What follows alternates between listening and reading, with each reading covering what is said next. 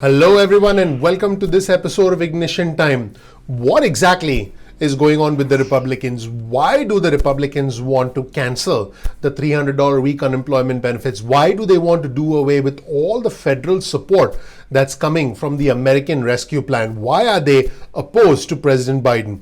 In this video, I'll dig deeper into what the Republicans' intentions might be when it comes to the $300 a week unemployment benefits. I've already covered this. States like Montana, states like South Carolina, and soon to be many other states led by Republican governors are deciding not to take the $300 a week unemployment benefits and simply tell the federal government, thanks, but no thanks. Let's get started. Welcome to this channel, everyone. My name is Dr. Nitin Chhoda. This right here is a little bit of information about me. You'll learn more about who I am, what my journey has been like, and why you should listen to me. Let's just jump right into this important episode of Ignition Time, where we examine the underlying motives of the Republicans. Let's start with this headline on your screen. President Biden says he no longer understands the Republicans. Could there be some sort of a consensus this week, because the two sides are scheduled to talk this week? In fact, here's a direct quote from President Biden. It seems as though the Republican Party is trying to identify what it stands for, and they're in the midst of a significant sort of mini revolution. President Biden does seem optimistic that he can work with the Senate Minority Leader Mitch McConnell, who has essentially promised to block a majority of the Democratic agenda. Here's another quote from President Biden. He said that in our last administration with Barack, he was going to stop everything, and I was able to get a lot done with him. And this is what the White House Press Secretary Jen Psaki said about this situation. She essentially wasn't very concerned with the rhetoric from the Senate Minority Leader Mitch McConnell. This is a direct quote from Jen Psaki, the White House Press Secretary. The president's view is that he's ready to have a clean slate. Inevitably, there will be some strong disagreements with the Republicans, and we know that he was in the Senate for 36 years. He's certainly no stranger to that. In fact, President Biden specifically said that the country needs the Republican Party. Here's a direct quote, another important quote from the president. We badly need a Republican Party. We need a two-party system. It's not healthy to have a one-party system, and I think the Republicans are further away from trying to figure out who they are and what they stand for than I thought they would be at this point. Basically, the president is saying the Republican Party cannot figure itself out, cannot figure out its priorities, and is in a state of disarray. A mini revolution, in the exact words of President Biden. Now, this is where things get even more interesting. Former Republican Congressman Joe Walsh had this to say: the Republican Party is a cult. I mean, a lot of people say that, but think about what we're saying. One of America's two major political parties is a cult. It's an authoritarian, embracing, undemocratic, un-American cult. Whoa, folks! This is a comment from a former Republican congressman who ran for president, okay? So let's take a look at this important comment from Joe Walsh. Let's roll the tape. We get so wrapped up in the day-to-day machinations here, we lose sight of the bigger picture. The Republican Party, Ali, is a cult. I mean, I know a lot of people say that, but think about what we're saying. One of America's two major political parties is a cult. It's an authoritarian, embracing, undemocratic, un-American cult. And folks, Joe Walsh isn't done. He said this as well. He said a sitting American president encouraged his supporters to attack our government, and yet that former president is still the leader of the party, in another scathing criticism of former President Trump from a former Republican congressman who ran for president, Joe Walsh.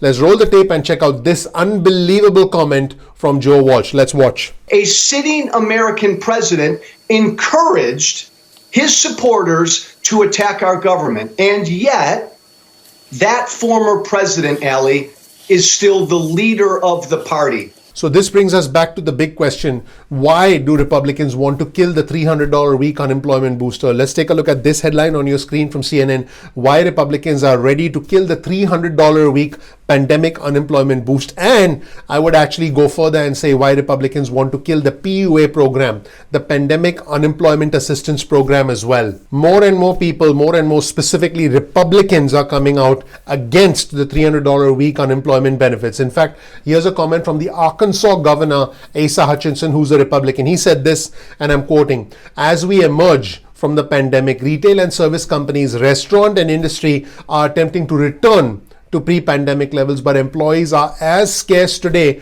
as jobs were a year ago." Basically, the Arkansas governor is saying, hey, people are not going back to work because of unemployment benefits. Folks, major institutions like the US Chamber of Commerce are also asking for the $300 a week unemployment benefits to end. The US Chamber of Commerce has called for the end of the $300 a week unemployment boost that was approved as a result of the American Rescue Plan, the massive $1.9 trillion American Rescue Plan. Here's a quote from Neil Bradley, who's the Chamber's Chief Policy Officer, the US Chamber of Commerce.